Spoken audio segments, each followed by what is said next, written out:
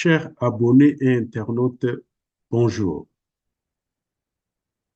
Dans cette vidéo, nous allons aborder la deuxième étape de la conception du système de chauffage, de ventilation et de conduite d'air, qui est le développement du concept de système de climatisation. Il existe plusieurs systèmes de climatisation, mais le plus connu sont K2. Le système à volume d'air constant et le système à volume d'air variable. Dans cette étape, nous allons choisir le système de climatisation qui fait référence à un ensemble d'équipements interdépendants et de systèmes de distribution d'air et des fluides associés qui assurent le chauffage, la ventilation, le refroidissement d'une partie désignée du bâtiment. L'ensemble de cet agencement est considéré comme une conception d'un système. L'approche introduite divise toute la zone du bâtiment en régions contrôlées par des systèmes de climatisation, des concepts de conception potentiellement différents. Cependant, les limitations liées au coût d'installation et d'autres restrictions limitent les options à plusieurs alternatives. Choisir la meilleure option est une tâche compliquée. Il doit être basé sur la comparaison des coûts d'installation et d'exploitation, de la performance énergétique, de la maintenabilité, flexibilité, préférence personnelle de l'ingénieur et d'autres critères. Le TAP 2 présente les concepts de conception le plus courant des systèmes de climatisation centraux. Il existe essentiellement deux concepts de conception principaux: les systèmes à volume d'air constant et à volume d'air variable. Un système à volume d'air constant fournit un volume d'air constant à différentes températures aux espaces desservis. Un exemple est illustré ici.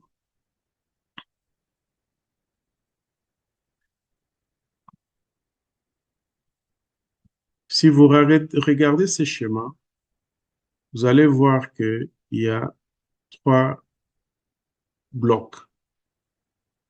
Le premier est celui du système primaire qui est composé de chaudières et de refroidisseurs. Et le deuxième bloc, c'est celui qu'on appelle la centrale de traitement d'air ou unité de traitement d'air. C'est ça aussi qu'on appelle les systèmes secondaires. Et le troisième bloc, c'est l'espace à conditionner. Comment les systèmes à volume d'air constant fonctionnent? Le ventilateur de soufflage et de reprise SF et RF, respectivement, font circuler l'air entre les espaces desservis et la centrale de traitement d'air. L'air qui se déplace des espaces vers l'unité de traitement de l'air transporte de la chaleur, de l'humidité et d'autres polluants. Le système de traitement de l'air élimine ces polluants du flux d'air en technique suivante. Une partie de l'air pollué est remplacée par de l'air extérieur entrant dans la centrale de traitement d'air par le volet motorisé de 1. L'air remplacé est évacué à l'extérieur par le volet motorisé 2D. Le filtre F élimine les particules en suspension dans l'air, des flux d'air mélangés de retour et d'air extérieur. En été, la batterie froide CC refroidit et déshumidifie l'air mélangé pour maintenir une certaine température en aval du ventilateur de soufflage détecté par le capteur T1. En hiver, la batterie de chauffage HC chauffe l'air mélangé pour maintenir la température détectée par le capteur T1. L'humidificateur HI injecte de la vapeur dans le flux d'air mélangé lorsque l'humidité relative mesurée par le capteur H dans le conduit d'air de retour tombe en dessous d'un point de consigne souhaité. Un ensemble de volets motorisés 2.1, 2.2, 2.3 est appelé économiseur. Il synchronise, module le volume d'air extérieur, assurant le refroidissement des espaces pendant les périodes où la température et l'enthalpie de l'air extérieur est inférieure à la température ou à l'enthalpie de l'air ambiant. Ces modes de fonctionnement permettent d'économiser le refroidissement mécanique. Il est communément appelé free cooling. L'économiseur module le volume d'air extérieur depuis un volume d'air minimum requis par la ventilation jusqu'à 100% du débit d'air soufflé de conception. Le système de traitement de l'air fournit de l'air à une température de 55 degrés Fahrenheit, soit 12,4 degrés Celsius, suffisante pour satisfaire le plus grand besoin de refroidissement des espaces. Pour éviter un refroidissement excessif de l'espace dans les conditions de charge de refroidissement partiel, la température de l'air soufflé dans le conduit principal est augmentée par le serpentin de réchauffage RHC installé sur les embranchements des gaines desservant des espaces individuels ou un groupe d'espaces. Moins de refroidissement de l'espace nécessite une température plus élevée de l'air entrant dans l'espace.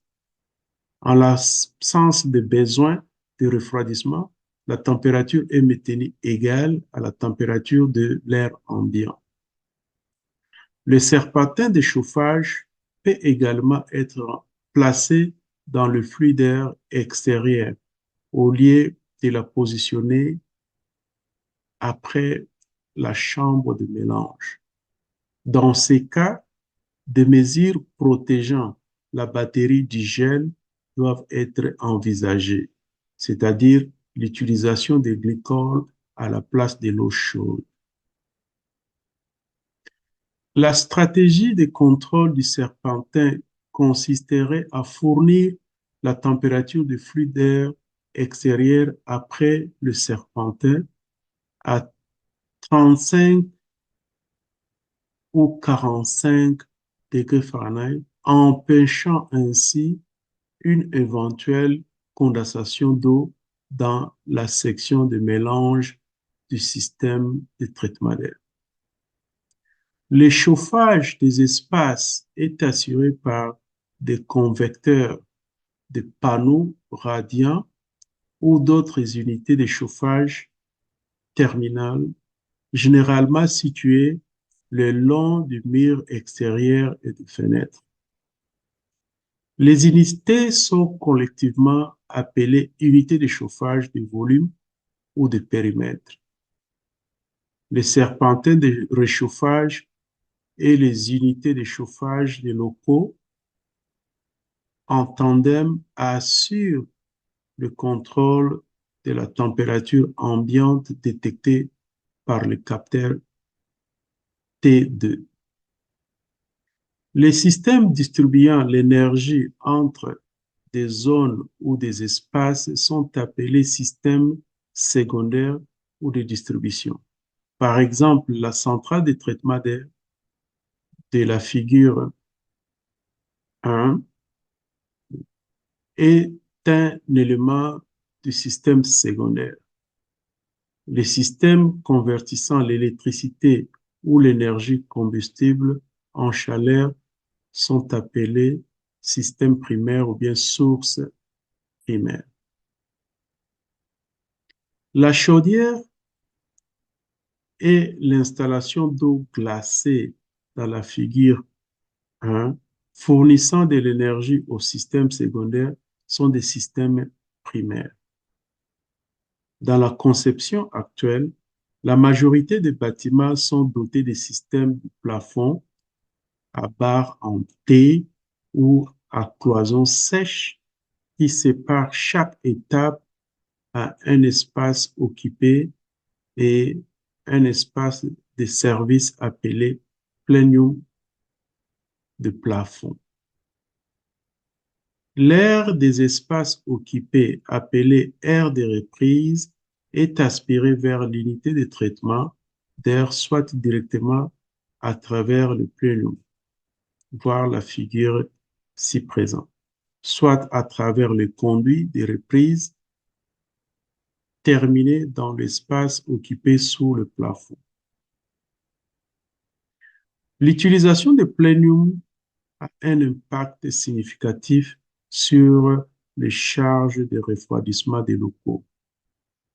Si l'air de retour circule librement à travers le plénium, une partie des gains de chaleur provenant des murs, du toit et de l'éclairage faisant face au plénium sera captée par le flux d'air de retour et par conséquent, cette partie de la chaleur n'atteindra jamais l'espace occupé sous le plafond. La décision d'utiliser le plénium dans le cadre du système de conduit d'air de reprise est liée à la conception de la configuration du système. L'utilisation des systèmes à volume d'air constant est particulièrement avantageuse pour les bâtiments ayant des besoins de refroidissement constant. Alors, nous venons de finir la description de comment le système à volume d'air constant fonctionne. Nous allons essayer de voir aussi quels sont les inconvénients de ces systèmes. Dans ces systèmes à volume d'air constant, l'énergie excessive requise pour le refroidissement séquentiel de l'air au niveau de la centrale de traitement d'air et le chauffage par le serpentin de réchauffage au niveau des espaces fait assez que ces systèmes soient de moins en moins utilisés.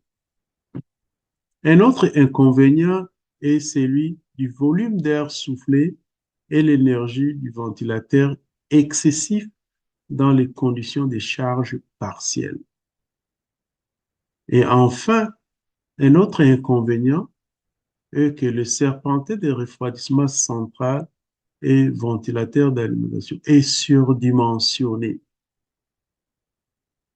Alors, nous venons de finir cette partie qui décrit les systèmes à volume d'air constant. Dans notre prochaine vidéo, nous allons vous expliquer le système à volume d'air variable.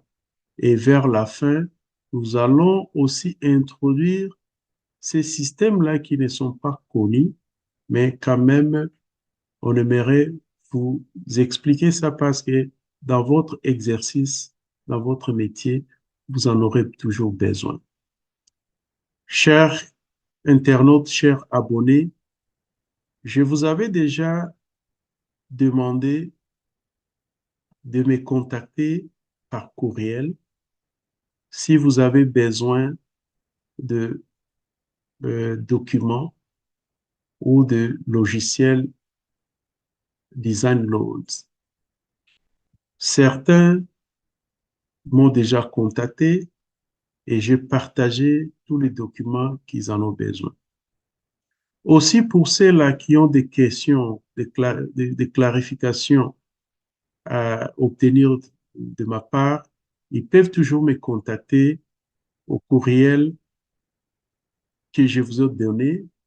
J'ai deux courriels. Il y a un qui est Jean-Louis T à commercial tandoglobaltrainingcenter.com ou bien info à commercial tandoglobaltrainingcenter.com. Merci et à la prochaine.